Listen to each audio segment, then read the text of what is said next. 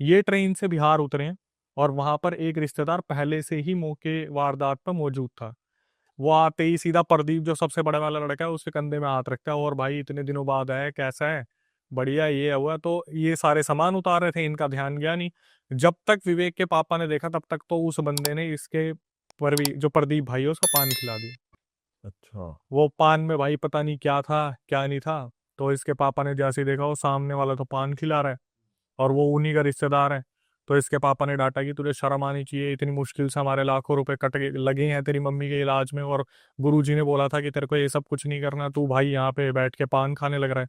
तो ये बताता है पापा इतने दिनों बाद आया था, वो दोस्त एकदम से सामने आ गया, उसने पान दे दिया, मैं कैसे मना कर देता, ये वो करके इनका। ठीक है। अपने बिहार वाले घर में आते हैं। भव्य स्वागत होता है क्योंकि पहले अच्छा कारोबार था, सब कुछ बढ़िया था, जो बाकी रिलेटिव्स थे उन्होंने स्वागत किया। रात की शादी होती है बिहार में। लड़की पसंद करी थी, लड़की आई और लड़की से शादी वादी की। तो जब ये बारात लेके गए थे तो वहां पर पहले ऐसा होता था 2001 से लेके 2005 में कि शादियों में ना लड़की को बचा के रखते थे। क्योंकि कहा जाता है बिहार में ये भूत प्रेत के सीन बहुत होते थे पहले, की लड़की के ऊपर आ ही जाती थी आत्मा। जैसे शादी होती है पर्टिकुलरली उसी दिन। जिस दिन विदाई का टाइम होता है ना उस दिन ये कुछ ना कुछ ऐसा सीन होता ही है कि लड़की के ऊपर भूत प्रेत 2001 से 5 में मेंशन किया था, उस टाइम पे आप पता करना किसी से भी होता ही था कि बारात लेके जा रहे तो दुल्हन एकदम से पोजेस हो जाती थी कहीं ना कहीं पे। तो इन्होंने क्या करा, शादी वादी करी। और बारात जो थी मतलब जैसे शादी रात को निपटी, तो वहां पर ये एक रिचुअल होता है कि आप चाहो तो दिन में विदाई कर दो या फिर अगले दिन शाम को। तो परिवार वालों ने बोला भाई हम शाम को विदाई करेंगे, थोड़ा सा वक्त हमें अपनी बच्ची के साथ गुजारने। तो सुबह सारी बारात उठती है, फ्रेश व्रेश होती है, थोड़ा घूमती फिरती है। और इस टाइम पे जो प्रदीप थे ना, जिन्होंने पान खाया था, उनका दिमाग घूम गया था। वो पता नहीं कहाँ ही रहने लगे, वो जैसे बैठे हुए हैं तो बैठे हुए हैं, किसी से बात नहीं कर रहे। इन्होंने क्या करा, वक्त गुजरा और वो जो लड़की थी, शाम होते ही विदाई के लिए 2 टेम्पो मंगाए। उस टाइम पे भाई ये टेम्पो ही चलते थे। एक में लड़का लड़की और थोड़े परिवार वालों को छोड़ा, दूसरे में बाकी लोगों को छोड़ा, और इन्होंने विदा करा बिहार के प्रदीप जो लड़के थे उनके घर की तरफ। ये जा रहे थे और एक पुलिया आई। पुलिया पे जो दुल्हन थी वो हो गई पोजेस। उसके ऊपर कोई एंटिटी आ गई पुलिया के ऊपर एग्जैक्टली, और पुलिया वहीं पे टेम्पो वम्पू सारे रुकवा दिए। और पुलिया पे जब पूछा गया कि वो जो प्रदीप था, उसे बोला भाई तुम अपनी पूछो इससे क्या हुआ है। तो वहां पर उसके ऊपर एंटिटी आ रखी थी लड़की के ऊपर। और लड़की बोलना शुरू करती है कि ऐसा है, मैं तो अपने लड्डू का भोजन लेने आई हूँ, मेरे लिए ये जितने भी लड्डू है ये तुम इसमें फेंक दो पुलिया में और मैं चला जाऊंगा। तो इनका यही था यार, अगर किसी एंटिटी से भी नॉर्मली बात हो रही है, वो साला लड्डू मांग रहा है, फेंक दो लड्डू, लड्डू और आ जाएंगे। उसने क्या करा, प्रदीप ने सारे लड्डू फेंके, वो एंटिटी वहां से निकल गई। हाँ। ये हो गए नॉर्मल। अब इसका भी कनेक्शन है। ये आ जाते हैं घर, और घर पे आने के बाद मुश्किल से, जैसे बिहार वाले घर पे आए, मुश्किल से इनका 1 महीना भी मुश्किल हुआ होगा। वो जो लड़की आई थी ना बहू रानी के रूप में, भाई उसने घर में कलेश करना शुरू कर दिया कि तुम्हारे घर में इतने मेंबर है, मेरे से इतना काम नहीं होता, अच्छा। मेरे से इतने बर्तन नहीं मांजे जाते, इतना खाना कौन बनाएगा, 3-3 4-4 टाइम का कोई आ रहा है कोई जा रहा है, कभी कोई रिश्तेदार आ रहा है कभी कोई रिश्तेदार जा रहा है। नई नई जब बहू आती है तो उसे देखने भी दुनिया भर के लोग आते हैं, तो कभी चाय बन रही है कभी कुछ बन रहा है। उसने इस तरीके से लड़ाई झगड़े घर में शुरू कर दिए। अब धीरे धीरे लड़ाई झगड़े होते होते उसने क्या करा, एक दिन वो खाना बना रही थी और विवेक उस टाइम पे अपनी आंखों से सारी चीजें देख रहा था कि घर में आए दिन झगड़े हो रहे हैं, जबकि नई बहू रानी आई है। विवेक उस टाइम पे मुश्किल से 6-7 साल का रहा होगा। इसने देखा एक दिन जो इसकी तो भाभी लगी, भाभी जो इसकी अपने उसमें चूल्हे में खाना बना रही थी। खाना बनाते बनाते जैसे इसने बोला होगा भाभी कि मुझे भी 2 रोटी दे दो, उसने क्या करा, जो तवा था वो फेंक के मारा एक साइड, और वो सीधा घर के बाहर भागना शुरू करती है। तो अब विवेक को ऐसा लगा कि घर में सारे तो इधर उधर और के कोई है नहीं, ये अपनी भाभी के पीछे भागना शुरू करता है, भाभी क्या हुआ भाभी क्या हुआ। तो गांव के पास एक नहर थी, उसमें भाभी ने मार दी छलांग। और ये था छोटा जो विवेक था, ये हो गया बहुत ज्यादा घबरा गया कि यार भाभी ने तो छलांग मार दी, भाभी निकले ना निकले, मैं अगर छलांग मारूंगा मैं तो गया। हालांकि हल्का फुल्का तैरना आता था, मट्टी चलने वाला पानी था। इसने देखा भाभी उस साइड से निकल गई तैर के। इसने क्या करा, ये सोचा भाई यार या पार देखा जाएगा, इसने भी छलांग मार दी। इसने छलांग क्या मारी, इसने तो ये बताया भाई मुझे तो धक्का मारा किसी ने नहर में। जैसे होता ना कि कोई एंटिटी है तो खींच लेगी, इसे मारो सबसे पहले। ये भी निकल गया पार, इसने अपने गुरुजी का नाम लेते लेते ये भी पार निकल गया। जब ये पार निकला तो उस टाइम पे इसकी भाभी ने देख के बोला बड़ी हिम्मत है तुझ में, इसने अपनी भाभी का हाथ पकड़ा कि भाभी घर चलो, वो बेहोश हो गई। एक चीज जो मैं और मेंशन करना चाहता हूँ भाई, जब ये टम्पू में आ रहे थे ना, तो सारे गांव वाले पता क्या कर रहे थे, इनके ऊपर रंग और मिट्टी फेंक रहे थे दूल्हा दुल्हन के ऊपर। वैसा क्यों? बिहार में ये रिचुअल है। ये रिचुअल है, किस चीज का है अभी आएगा। तो इसके भैया भैया सब आए, प्रदीप वगैरह, देखा यार दुल्हन को क्या हो रखा है ऐसे वैसे, तो घर पे लेके आते दुल्हन को। और दुल्हन जब घर पे आती है तो थोड़े दिनों में उसे लेके आ जाते पंजाब, कि भाई वहां पे देखेंगे क्या चल रहा है क्या नहीं चल रहा है। भाई दुल्हन एक्चुअली में पोजेस थी। वो जब पुलिया से निकली थी वो तभी पोजेस हो गई थी, और एक्चुअली में वो पोजेस तभी हो गई थी जब उसके ऊपर रंग और मिट्टी फेंकी थी। सिर्फ उसी उसी से रंग से ही, रंग गिरने से। हाँ, अभी पता चलेगा आगे क्या हुआ था।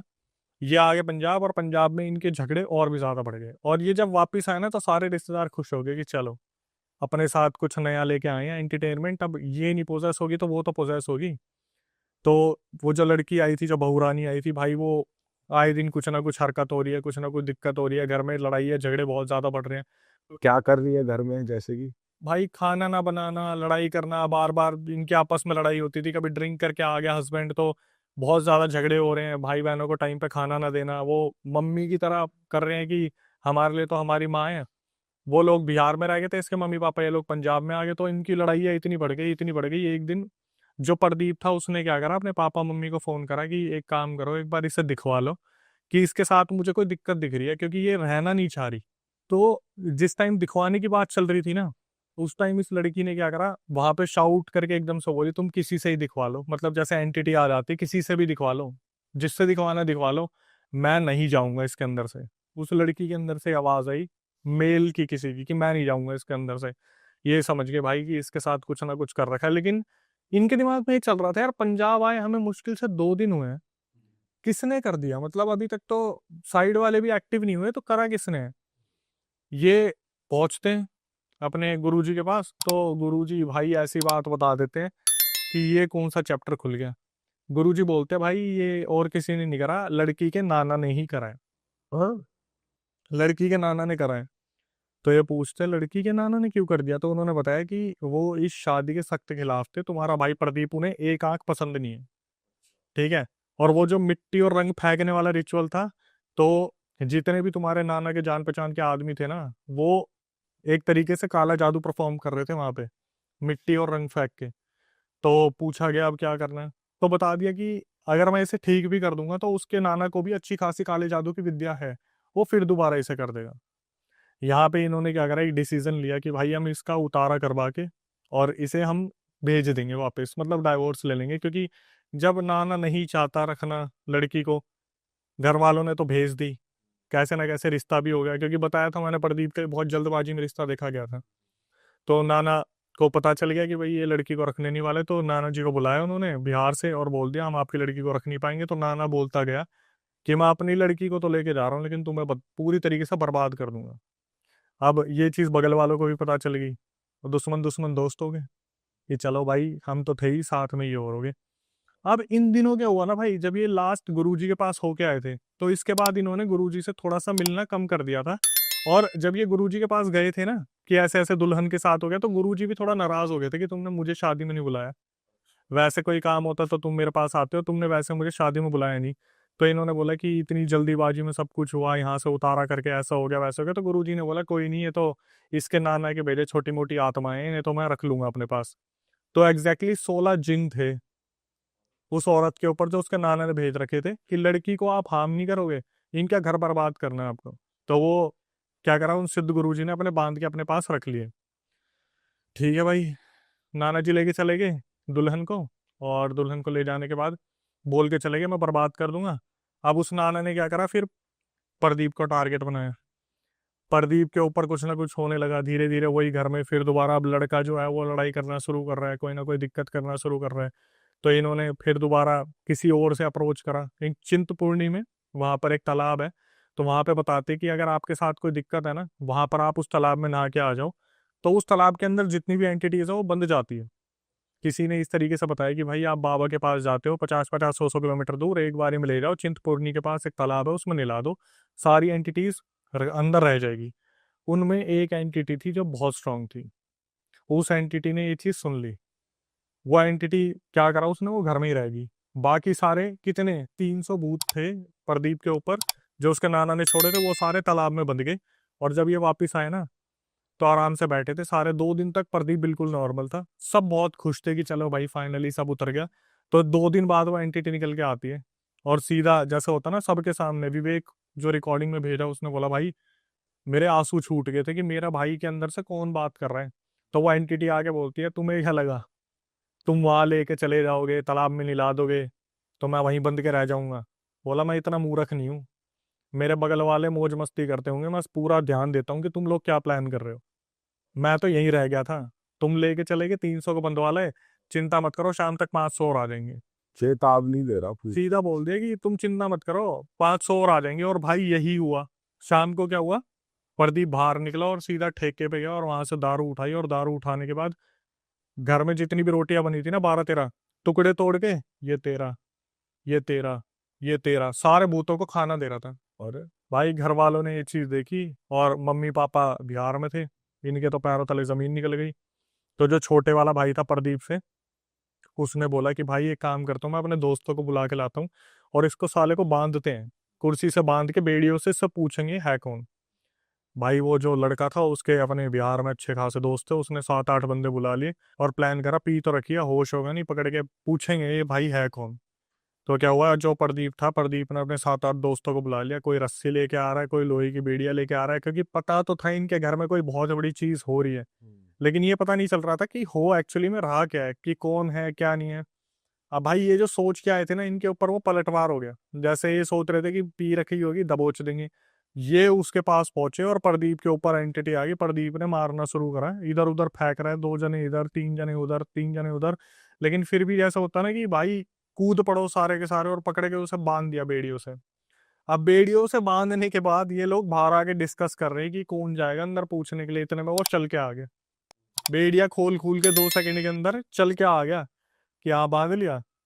और वो होश में था प्रदीप उस टाइम पे, कि भाई बांध के क्या मिला मुझे, क्या कर रहे हो तुम लोग। तो बोलते हैं भाई ऐसे ऐसा सीन है। तो वो एंटिटी आके बोलने लगती है कि अगर तुम्हें लग रहा है ना तुम ऐसे मेरे बारे में पता कर लोगे तो कभी नहीं कर पाओगे, किसी ऐसे इंसान को पकड़ो जो मुझे निकाल सके, क्योंकि इस बार तुम्हें बहुत बड़े बड़े धक्के मिलने वाले हैं।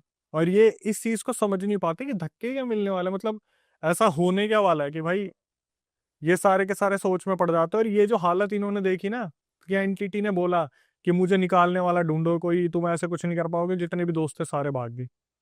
कि भाई हमने बेड़ियों से बांधा था, 2 सेकंड में खुद चल के आ गया है। कि मतलब कितनी पावर हो गई इस बंदे में, इसने बेड़ियां खोली कैसे। जैसे ताबीज अपने आप टूटा, ये दूसरा सीन था कि बेड़िया अपने आप खुल गई, ये वाला सीन जो था। प्रदीप, वो विवेक जो है जो बता रहा है, उसने क्या करा, अपने मम्मी पापा को फोन कर दिया कि आप वापिस आ जाओ और भाई की हालत बहुत ज्यादा खराब है, और इसी तरीके से अगर चलता रहा तो हमारे घर में मौतों का सिलसिला शुरू हो जाएगा। अभी तक कोई मरा नहीं है, लेकिन अब मरने शुरू हो जाएंगे। उधर से एक तो नाना का वो करा धरा, इधर से पड़ोसी करने लग रहे हैं सब कुछ। तो इन्होंने क्या करा, बातचीत करी, और भाई अब जो सस्पेंस खुला, ये बोले कि चलो गुरुजी से मिलने जाते हैं। ये गए गुरुजी से मिलने, इन्हें पता चला गुरुजी खत्म। उन्होंने ही कर दिया। अब ये देखते हैं कि उन्होंने करा नहीं करा, लेकिन इन्हें पता चलता है गुरुजी इस दुनिया में है नहीं। और सबसे ज्यादा बुरा पता किसे लगता है, विवेक को। क्योंकि विवेक जो लड़का था ना, वो उन गुरुजी के पास बहुत खेला। मतलब जैसे जाते हैं तो होता है ना कि गद्दी पे पैसे रखे हुए हैं तो पैसे उठा लिए, तो गुरुजी का भी बहुत लाड़ था कि विवेक को उन्होंने खिलाया था गोद में। तो इस टाइम पे इमोशनल हुआ कि भाई मैंने अपने नाना जी को खो दिया, या कोई बड़े थे उनको खो दिया, कि हम गए हमें मालूम ही नहीं था। तो उन्होंने क्या करा था, उनकी जो गद्दी संभाल रहा था उस टाइम पे उनका शिष्य था, और उस भाई को अभी संभालना नहीं आ रहा था कि सिद्धियां नई नई मिली है तो सबको एकदम से पावर कैसे पकड़ी जाए सिद्धियों पे। इसने क्या करा, इसने बोला कि मैं कोशिश कर सकता हूँ, लेकिन मैं कोशिश ही कर सकता हूँ, मेरे को लग नहीं रहा इन चीज़ों को संभाल पाऊंगा। तो भाई के ऊपर से जब उतारने की कोशिश करी तो भाई इसको भी झटके लगे, जो सामने बैठा बंदा था, क्योंकि गुरु जी की बात अलग थी और इसकी बात अलग थी। लेकिन उसने फिर भी क्या करा, भाई के लिए एक ताबीज दे दिया। ताबीज देने के बाद घर पे भेज दिया, और वो चीज इनको लगा दब गई, लेकिन उस ताबीज का कोई फर्क नहीं पड़ा। शाम होते ही वो फिर दोबारा ठेके पे गया, और ठेके से आके मम्मी पापा भी आ चुके थे, ठेके पे आके अपने पी पा के घर आया, और सारे घर का राशन पूरे ग्राउंड में जो आंगन वगैरह था उसमें फैला दिया। लो भोग लो, जितने भी आए हो सब भोग लो। वो जो एंटिटीज आई थी, भोग लो आराम से, कोई दिक्कत नहीं है। ये वो भाई, ये घर वाले डर गए कि यार हमें लग रहा था ताबीज से दब जाएगा, लेकिन ऐसा कुछ हुआ नहीं। तो जैसी वो शाम कटी ना, कि इन्होंने गिव अप तो कर ही दिया था, एक परिवार के हाथ में कितना होगा कि इधर भी पूछ लिया, उधर भी पूछ लिया, यहाँ भी पूछ लिया, वहां भी पूछ लिया। तो अगले दिन शाम को इनकी मम्मी रोने लगी, जो विवेक की मम्मी थी, कि हमारा घर बर्बाद हो गया, हमारी बहू भी चली गई, ऐसा हो गया वैसा हो गया। तो भाई वो जो प्रदीप था ना, उसके अंदर एक्चुअली में एक एंटिटी आई, जिसने पता है क्या बोलना शुरू करा, अरे तुम क्यों घबरा रहे हो, मैं तुम्हारे साथ हूं तो। यहाँ से चला गया इसका मतलब ये थोड़ी ना दुनिया छोड़ दी। और ये कौन था? वही शुद्ध गुरु जी आ गए। उन्होंने बोला ये जितने भी करने वाले हैं ना, इनको एक एक करके खत्म कर दूंगा मैं, तुम क्यों इतना परेशान हो रही हो, कल शाम 5 बजे का वक्त का इंतजार करो तुम, और सुबह 10 बजे देखो क्या होगा। 10 बजे और 5 बजे बोल दिया। भाई बगल वालों में 10 बजे सबसे पहला इंसान जो रात को पी के सोया था, वो खटिया पे सोता ही रह गया, जो करने वाला था। शाम के 5 बजे दूसरा बंदा लुढ़क गया उनमें से। अच्छा, पड़ोसियों में हाँ, से। पड़ोसियों में से जो करने वाले थे। गुरुजी काम कर रहे हैं पूरा।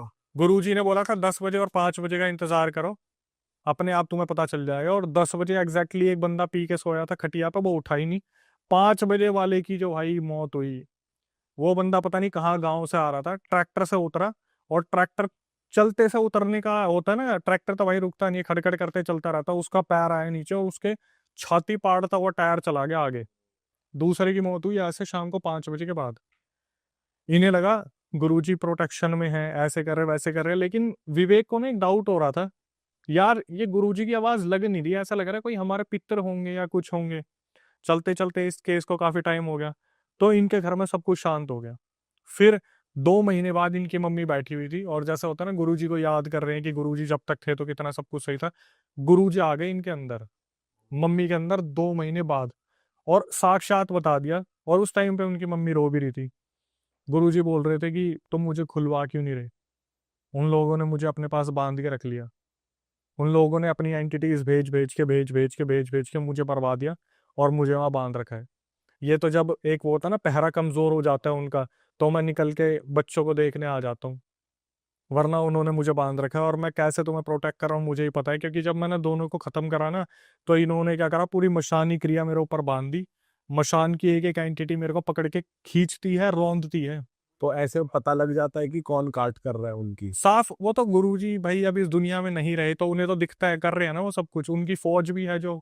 लेकिन वही है, एक बार जब आप जमीन पर रहे नहीं, तो आप भी उन्हीं का हिस्सा बन गए।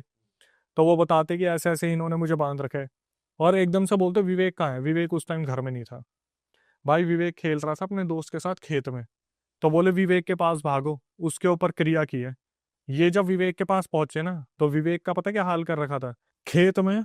विवेक के दोस्त ने बताया, विवेक तो लहूलुहान मिला था उन्हें, कि ये आपस में खेल रहे थे, किसी चीज ने विवेक को पकड़ा और कपड़े समेत खेत में यूं रगड़ दिया पूरा, बुरी तरीके से, अच्छी तरीके से रगड़ दिया, और पूरी बुरी तरीके से फेंक दिया। विवेक को उठा के लाए, विवेक से पहले पट्टी वट्टी करवाई, पूछी क्या हुआ, तो उसने बताया कि मेरे को 1 सेकंड के लिए गुरुजी दिखे, उसके बाद मेरे को मट्टी पलीत कर दिया, कौन था क्या था मुझे नहीं पता।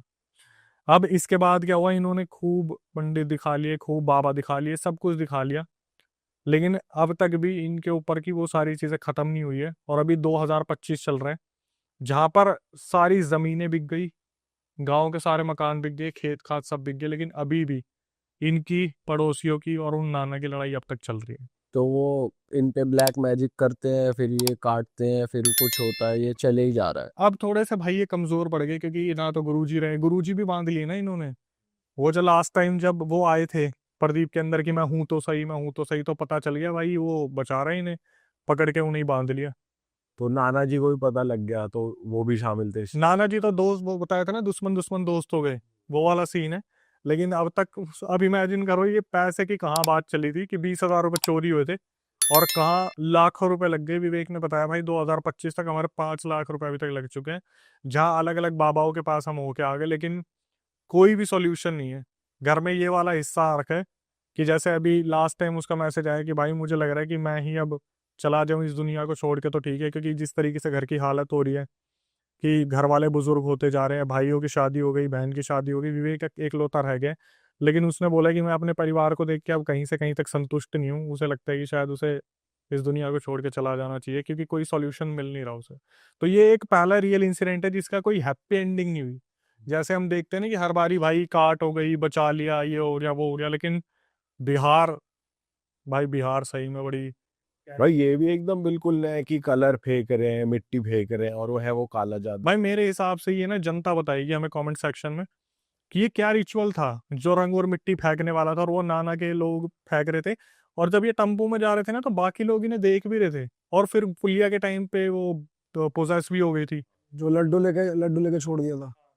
तो पूरा ये कनेक्टिविटी है क्या? मुझे ऐसा लगता है कि आज भी अगर हम सोचने बैठे ना तो ऐसा लगता है कि कड़िया जोड़ना शुरू करें कि नाना ने उस टाइम पे किया या पड़ोसियों ने उस टाइम पे किया, अभी भी क्या चल रहा है। क्योंकि जब बात होती है कि अगर धेले भर पसंद नहीं था नाना को तो उसने मना क्यों नहीं करा कि मत करो शादी। लेकिन एक्चुअली में विवेक ने ये चीज मेंशन करी कि बाबा जी ने बताया था कि वो इस लड़के की बलि देना चाहते थे, जो प्रदीप था उसकी बलि देनी थी कि लड़की तो वापस वैसे भी आई जाएगी घर में लेकिन इसकी बलि देनी है। तो अपनी बेटी को पोजेस करके वशीकरण करना था या क्या करना था, बट ले जाना प्रदीप को ही था। और एट द एंड अब प्रदीप की तो दूसरी शादी हो गई है। और ये जो लास्ट में भूत रह गया था जो चैलेंज कर रहा था कि मैं तुम जो पानी में चले गए थे बाकी, तो ये था किसका? ये किसका भेज? ये तो भेजा हुआ था भाई, ये नाना का भेजा हुआ था। तो भाई अब भी उनकी फैमिली में कोई ना कोई पोजेस होता रहता है। भाई ये सारी चीजें उनके परिवार में चलती रहती है। मेन मुद्दा ये है कि घर परिवार बिक गया, सब कुछ निकल गया, जमीनें चली गई, लेकिन जो एक गुरुजी ने मिले थे वो भी बांध लिए। तो अब भाई इनको कोई ऐसा मिल नहीं रहा जो इस चीज का सॉल्यूशन करे। जस्ट मेरे पास कल ही आया है, जयपुर का इंसिडेंट है, बहुत शॉर्ट बताता हूँ आपको। एक बंदा था तो वो अपने दोस्तों के साथ आगरा घूमने गया था। आगरा रोड पे रहता है, कानोता करके एक जगह है हमारे यहाँ पे, वहाँ पे उस गांव के अंदर रहता है वो। तो आते थे रात को लेट हो गया 12 बजे के आसपास। तो वो आया तो उसको लगा यार लेट तो पहले हो गया हूँ, एक शॉर्टकट रास्ता है वो ले लेता हूँ। एक शॉर्टकट बहुत भारी होते हैं, तो एक छोटे रास्ते से निकल लिया। रास्ता थोड़ा सुनसान था और मतलब थोड़ा सा ऐसे मेन रोड से नहीं निकलता था। तो रात को चल रहा, अकेला चल रहा सड़क के, एकदम से उसकी गाड़ी में लगा किसी ने आके ठोक दिया, धड़ाक से गाड़ी में भिड़ा और गाड़ी साइड में आ गई। ऑल्टो ऐसी कोई छोटी गाड़ी थी। उसको दिमाग खराब हो गई, उतर के देखा तो कोई गाड़ी नहीं, ठोका किसने? और इधर गाड़ी पे डेंट पड़ गया, गाड़ी बंद, जैसे एक्सीडेंट हो गया, उसने साइड से आके ठोका। उतर के देखे ना इधर गाड़ी ना इधर गाड़ी, किसी ने ठोका तो गाड़ी तो होगी कम से कम। उसका दिमाग खराब, तो उसने अपने पापा को फ़ोन किया कि बोले पापा मेरा है ना ऐसा एक्सीडेंट हो गया, इसे किसी ने ठोका पर गाड़ी नहीं है यहाँ पे। तो बोलते कि पागल हो गया है क्या? तो बोलता पागल हो गया, मैं आपको वीडियो कॉल कर रहा हूँ, देखो।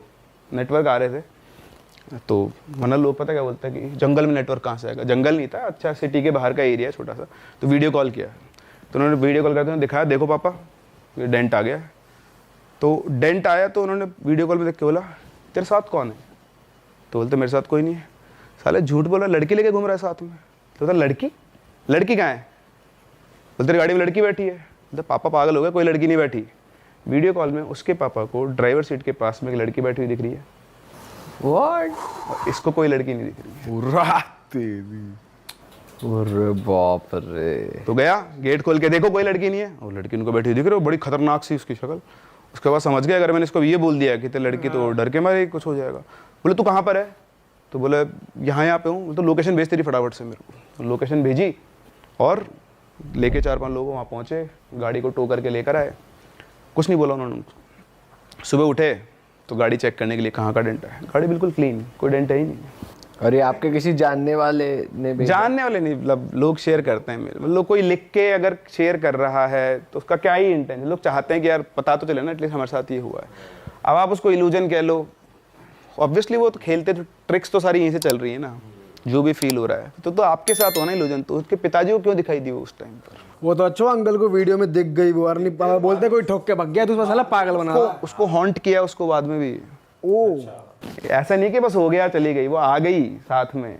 अच्छा। हाँ, उसके बाद उसको पूरा प्रॉपर उसका निष्कासन हुआ है, पूरे देवता वगैरह आए हैं। अगर वो मैं होता तो गाड़ी छोड़ देता वहीं। अब अबैंडन्ड है गाड़ी। आपको तो पता ही नहीं है ना, आपके लिए तो क्या हुआ, एक्सीडेंट हुआ है, पता नहीं किससे हुआ, दिखा किसको है?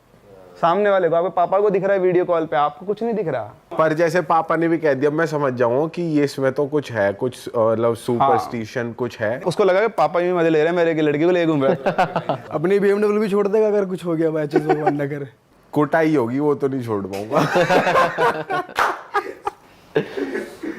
सर कर्ण पिशाचिनी एक टर्म है जो अभी एक हमारे पॉडकास्ट पे गेस्ट आए थे, वो तंत्र विद्या खुद भी करते हैं, पर वो पॉजिटिव साइड वाली करते हैं। बट उन्होंने एक अघोरी की कहानी सुनाई थी, जिसमें एक अघोरी ने तंत्र विद्या से कर्ण पिशाचिनी को सिद्ध किया था। तो वहाँ से हमें ये टर्म पता है, और आप भी कह रहे हो कि ये टर्म बहुत सर्च हो रहा है लोगों को। एक्चुअली इस टर्म को ना जो यूथ होता है वो बहुत सर्च करता है। हाँ, तो जो भी मतलब 16, 17, 18 साल के जनरली लड़के जो होते हैं, क्योंकि इसका जो रिलेशन है वो बेसिकली लस्टी साइड से, इसलिए। अच्छा। तो, हाँ, तो इस वजह से क्या होता है ना कि मैक्सिमम लोग जो होते हैं वो सर्च जो करते हैं, उसका कारण होता है, इसमें आपको बताता हूँ इसका जितना मुझे पता है इसके बारे में अगेन। तो कर्ण पिशाचिनी बेसिकली एक एंटिटी है जिसको अगर आप इन्वोक कर लो, आप उसको सिद्ध कर लो अगर, तो वो आपके कान में आकर, जैसे आपके सामने कोई भी बैठा है, तो आप ही बैठो मेरे सामने, तो मुझे आपके पास्ट में क्या क्या हुआ सब पता लग जाएगा, सब बता देगी मुझे। मैं जो जानना चाहता हूँ, मुझे जिस सवाल का आंसर चाहिए ना आपके बारे में, वो सब बता देगी मुझे। प्रेजेंट बता देगी, फ्यूचर नहीं बता सकती। और क्या सोच रहे हो, मतलब अगला बंदा क्या सोच रहा है वो सब कुछ मैं आपके सामने बैठा हूँ ना, मैं आपके बारे में क्या सोच रहा हूँ वो भी आपके कान में बता देगी। लेकिन उसके बदले में वो आपके साथ इंटरकोर्स करती है। अच्छा। And that is the part why people are mostly उसकी तरफ अट्रैक्ट होते हैं। ये तो जिन का उल्टा हो गया कि जैसे जिन औरतों का फायदा उठाता है, कर्ण पिशाचिनी मर्दों का फायदा। बिल्कुल, उसके कुछ वो हैं डिज़ायर्स, सेक्स, अल्कोहल और मीट, ये 3 चीज़, मतलब ब्लड। तो वो अपने उससे वो लेती है। अब इसका अगर मैं थोड़ा अपन और डीप में चले, जितना मैंने इसके बारे में पढ़ा, सुना है, देखा है, तो उसके बारे में अगर हम बात करें तो बेसिकली ये जो अपने धर्म होते हैं ना, हिंदू धर्म में कोटियाँ होती है। कोटि मतलब लेवल। तो ये सबसे निम्न कोटि के वो होते हैं, मतलब पिशाच होते हैं ये। तो अगेन मेरी नॉलेज इतनी नहीं है, इसलिए किसी भी चीज़ को अदरवाइज ना लें। व्यूवर्स भी और जो भी लोग स्कॉलर्स हैं मुझसे ज़्यादा अच्छे, जितना मुझे पता है मैं सिर्फ उतना बोल रहा हूँ। मैंने भी कहीं ना कहीं से पढ़ा है, ना मैंने कभी की, ना मैं कभी करने वाला हूँ। सो द पॉइंट इज़ कि मैंने पढ़ा कि ये बहुत उस लेवल पे होते हैं। अगर आपने उसको सिद्ध कर लिया तो आप भी उसी लेवल पे पहुँच जाते हो। अच्छा। तो हमारे पुराणों के हिसाब से हम ह्यूमन रेस में, जब हम ह्यूमन में फॉर्म में इवॉल्व कैसे होते हैं कि हमारे से नीचे वाली जो कोटियाँ होती है, हम पहले कीड़े बने, मर गए, फिर सांप बने। अब आप सांप बने हो, आपके सामने कोई आया, कोई छोटा बच्चा आ गया, कुछ भी आ गया, तो नेचर है आपका काटना, पर आपसे नहीं काटा तो आपने एक अच्छा काम किया, तो आपका कोटि बढ़ जाएगी आपकी। ऐसे तो ऐसे कोटियाँ बढ़ बढ़ के हम इंसान की फॉर्म में जन्म लेते हैं। लेकिन अगर आपने उसको इन्वोक करके सिद्ध कर लिया तो आपकी सारी कोटियाँ गिर के वापस नीचे से पहुँच जाते हो, आप लैडर के सबसे नीचे पहुँच जाओगे, फिर वहाँ से शुरू करोगे। अच्छा, ये बिल्कुल ऐसा है। अच्छा, इसमें आप देखोगे ना, जैसे बोलते हैं कि सिर्फ हमारी यहीं पे है क्या, तो आपने सुना होगा डील विद द डेविल, जो वेस्टर्न कंट्रीज में चलता है कि आपने डेविल के साथ डील कर ली है, सोल एक्सचेंज कर ली है, अब आपको फेम, नेम, मनी सब मिल जाएगा। ये एल्यूमिनाटी का कॉन्सेप्ट। हाँ, वो वही तो वही सेम ये है। आप यहाँ पर भी एक डेविल से डील कर रहे हो, उसकी कुछ शर्तें जो आपको पूरी करनी पड़ती हैं। अच्छा, कंट्रोल, जैसे आपने कहा कि उन्होंने आपको एक अघोरी बाबा की वो सुनाई थी, तो वो लोग हैं जो उसको कंट्रोल कर सकते हैं। एक नॉर्मल इंसान उसको कंट्रोल नहीं कर सकता, पहली बात। इसको सिद्ध करने के बहुत सारे तरीके होते हैं, कुछ लंबे मेथड होते हैं, कुछ छोटे। लंबा मेथड होता है कि आप काली माता की पूजा करो, पहले उनके सानिध्य में जाओ, फिर आपका स्पिरिचुअल लेवल इतना ऊपर हो जाएगा कि आप उसको इन्वोक करके उसको कंट्रोल कर सकते हो। It takes long time. फिर होता है शॉर्टकट्स। तो शॉर्टकट्स में बहुत सारे तरीके होते हैं, और बहुत सारे, कई लोग बताते हैं कि पेपर के ऊपर कुछ मंत्र लिखो, उनको 1 लाख बार, 1 लाख या 10 लाख बार उनको रिपीट करना होता है। और उसके साथ में और प्रोसेस होते हैं, कुछ अल्कोहल का, मीट का, ब्लड का, ऐसा सारा प्रोसेस होता है। कुछ लोग और भी छोटा शॉर्टकट बताते हैं। अगेन वही पढ़ा है मैंने, तो मेरे पास कोई इसका लेजिट सोर्स तो नहीं है, बट स्टिल बोलते हैं कि उसके अंदर क्या होता है, आपको वो साधना 11-12 दिन तक, 13 दिन तक करनी होती है। त्रयोदशी होता है, हाँ, 13 दिन तक। तो लास्ट के 3 दिन बहुत क्रूशियल होते हैं, और तीसरा जो 13वां दिन है वो आई थिंक अमावस्या होना चाहिए, ऐसा कुछ होता है। 13वां दिन ही होना चाहिए फर्स्ट जब शुरू करोगे। उसमें आपको अपना यूरिन पीना पड़ता है। उसके अलावा आप जो भी मतलब पॉटी वॉटी कर रहे हो उसको बॉडी पे लगाना होता है, और उसमें से कुछ खाना भी होता है। ऐसा ये शॉर्टकट होता है, ऐसा बोलते हैं, पता नहीं कोई करता है नहीं करता है। पर उन्होंने भी ऐसा कुछ ही बताया था कि अपना मलमूत्र भी, उन्होंने तो प्रोसेस वही बताया था कि पहले उन्होंने कपाली भैरव को सिद्ध करा था, फिर एक चंड भैरव को सिद्ध करा था, फिर उन्होंने शमशान में तपस्या करके बलि वली देकर, ये बताया। वो सब मैं वही कह रहा हूँ, इसके बहुत सारे तरीके होते हैं। अब मैं नहीं जानता हूँ, देखो मैं ऑनेस्टली फिर बोल रहा हूँ, बट मैंने तो कहीं पढ़ा है तो मैं तो बता रहा हूँ आपको, और तो मुझे पता भी नहीं तरीके। सो द पॉइंट इज ऐसा होता है। अब हम पॉइंट पे आते हैं कि एनीहाउ अगर आपने सिद्ध कर ली तो वो आएगी, आपको सब कुछ बताएगी। अच्छा, इसको आप 3 फॉर्म में सिद्ध कर सकते हो, मदर, सिस्टर और वाइफ। तो जब आप उसको वाइफ की फॉर्म में सिद्ध कर रहे हो तो then you have to be loyal. आप उसके अलावा किसी दूसरे लड़की के पास भी नहीं जा सकते हो, चाहे वो आपकी मम्मी हो, चाहे वो आपकी बहन हो, चाहे वो आपकी बेटी हो। अच्छा, सबसे दूर कर देगी। मदर की फॉर्म में किया है तो आपकी एक ही माँ हो सकती है, तो जो आपकी ओरिजिनल माँ है वो उसको मार देगी। सिस्टर की फॉर्म में किया तो अगर आपकी सिस्टर है तो उसको हटा देगी, क्योंकि वही अकेली है। आपने जिस फॉर्म में सिद्ध किया ना तो वो वही है। आपको दुनिया में जो चाहिए वो सब देगी, वट एवर यू वॉन्ट सब मिल जाएगा। लेकिन जब आपकी मौत होगी तो अगले 1000 साल तक वो आपको बंधक, आपकी स्पिरिट को बंधक बना के रखती है, ऐसा कहते हैं। तो ये एक्सचेंज होता है, डील ही होती है। जैसे वहाँ डील विद द डेविल बोलते हैं, तो सेम उसी तरह की कुछ डील है। और रोज़ाना उसको शराब, मीट और इंटरकोर्स, 3 चीज़ें रोज़ाना। या कई लोग बोलते हैं कि जब उसकी इच्छा हो तब, कुछ लोग कहते हैं कि पर अगर माँ या बहन के रूप में आ रही है तो तो भी इंटरकोर्स चाहिए होता है उसको। नहीं, फिर वो अलग हो जाता ना। फिर हर कोई उस फॉर्म में सिद्ध नहीं करता ना। और जो लोग ये नॉर्मल लोग नहीं कर सकते, नहीं करना चाहिए।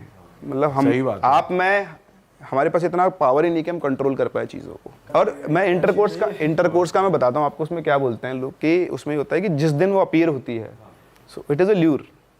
अगर आपने कर लिया इंटरकोर्स तब तो वो वैसी फॉर्म में आ जाएगी, फिर तो आप गए फर्स्ट टाइम पे। अरे वाह, आपने ये वीडियो यहाँ तक देख ली भाई, तुमने हमारी मेहनत सफल कर दिया। तुम ही लोग हो असली रियल हिट। और अगर आपको बहुत मज़ा आ रहा है ऐसी क्लिप्स में, ऐसी वीडियोस में, तो फटाफट जाइए प्लेलिस्ट पे, बिंज वॉच कीजिए और सारी वीडियोस देख डालो और मौज काटो। That is it. हम मिलेंगे नए पॉडकास्ट में, नए क्लिप में। Till then bye bye, see you, take care, do subscribe.